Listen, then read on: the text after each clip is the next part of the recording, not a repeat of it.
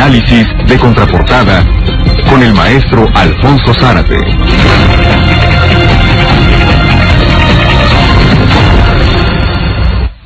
Maestro Zárate, me da muchísimo gusto saludarle. Finalmente sucedió y Fausto Vallejo se va del gobierno de Michoacán. ¿Qué opinión?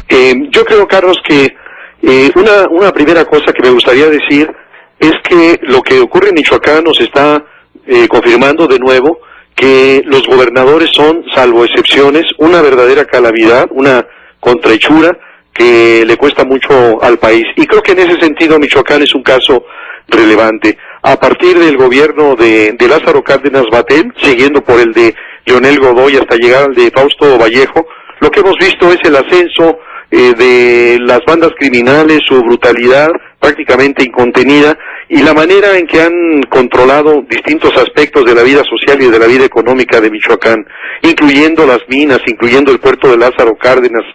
Apenas en las elecciones del 2011, por ejemplo, sabíamos cómo algunos candidatos a presidentes municipales renunciaron por las presiones del crimen organizado, que en unos casos financia las campañas a cambio de exigirles después puestos claves como el de la dirección de la policía municipal, pero que en el fondo ya tenían un nivel de control verdaderamente asombroso. Y creo que en el caso de Vallejo, un político con una larga experiencia, 4 veces presidente municipal de Morelia, la incógnita es si realmente no pudo o no quiso agarrar el toro por los cuernos. La enfermedad de Vallejo creo que fue de alguna manera un pretexto para renunciar a gobernar, para simplemente constituirse en una chada del hacer y deshacer de los otros, principalmente, desde luego, de su brazo derecho, del secretario de gobierno, que era Jesús Reina. Creo, Zárate, porque lo que se sabía es que no solamente era un hijo protocolario, era un hijo con poder, con influencia, con derecho de picaporte, era un hijo fuerte, digamos, en Michoacán, ¿no? Sí, absolutamente. Y yo creo que Vallejo tuvo varias oportunidades para dejar el cargo. Y una primera, pienso yo, cuando desde la Federación se nombró a un comisionado con poderes extraordinarios en Michoacán. El verdadero gobernador, digamos, era y es Alfredo Castillo.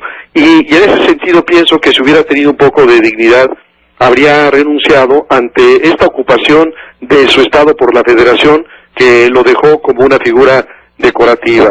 Un segundo momento lo tuvo cuando se detuvo a Jesús Reina, que había estado coordinando su campaña y que efectivamente era, digamos, el hombre más cercano y el verdadero operador, tanto que inclusive lo sustituyó en aquel trance de la enfermedad.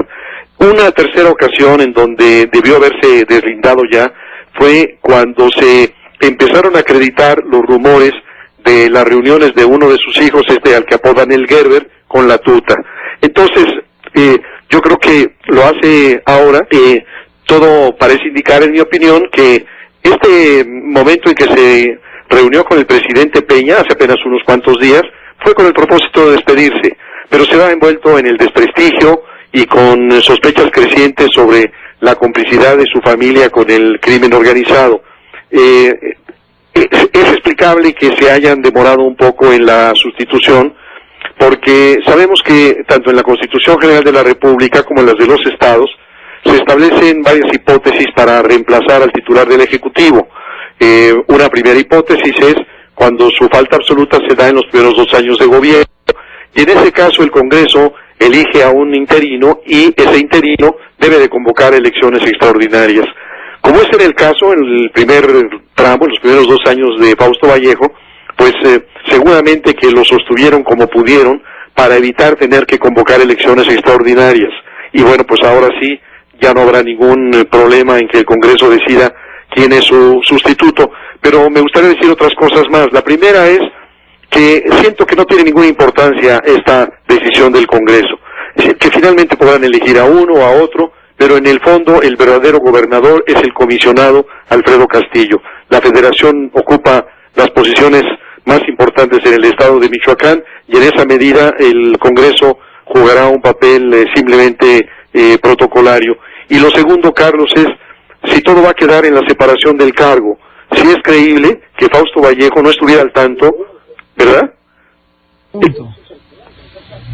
Ese es el punto. Es decir, ya renuncia y ya, ahí muere. En este país de enorme impunidad, otra vez, con las evidencias que están apareciendo cada vez más, ¿va a bastar simplemente con la renuncia?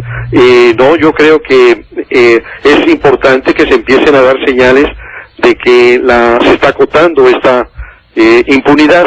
Por lo pronto, bueno, ya sabemos, hay 3 gobernadores en prisión. Está Andrés Granier de Tabasco, está Jesús Reina de Michoacán, está Mario Villanueva en Estados Unidos, de Quintana Roo, y no solo los exgobernadores en la cárcel, sino también algunos en el foco de atención. Es el caso de Tomás Yarrington, que está en la mira, el caso de Armando Reynoso Femat, en libertad bajo fianza. Y entonces, bueno, pues concluyo con lo que empecé.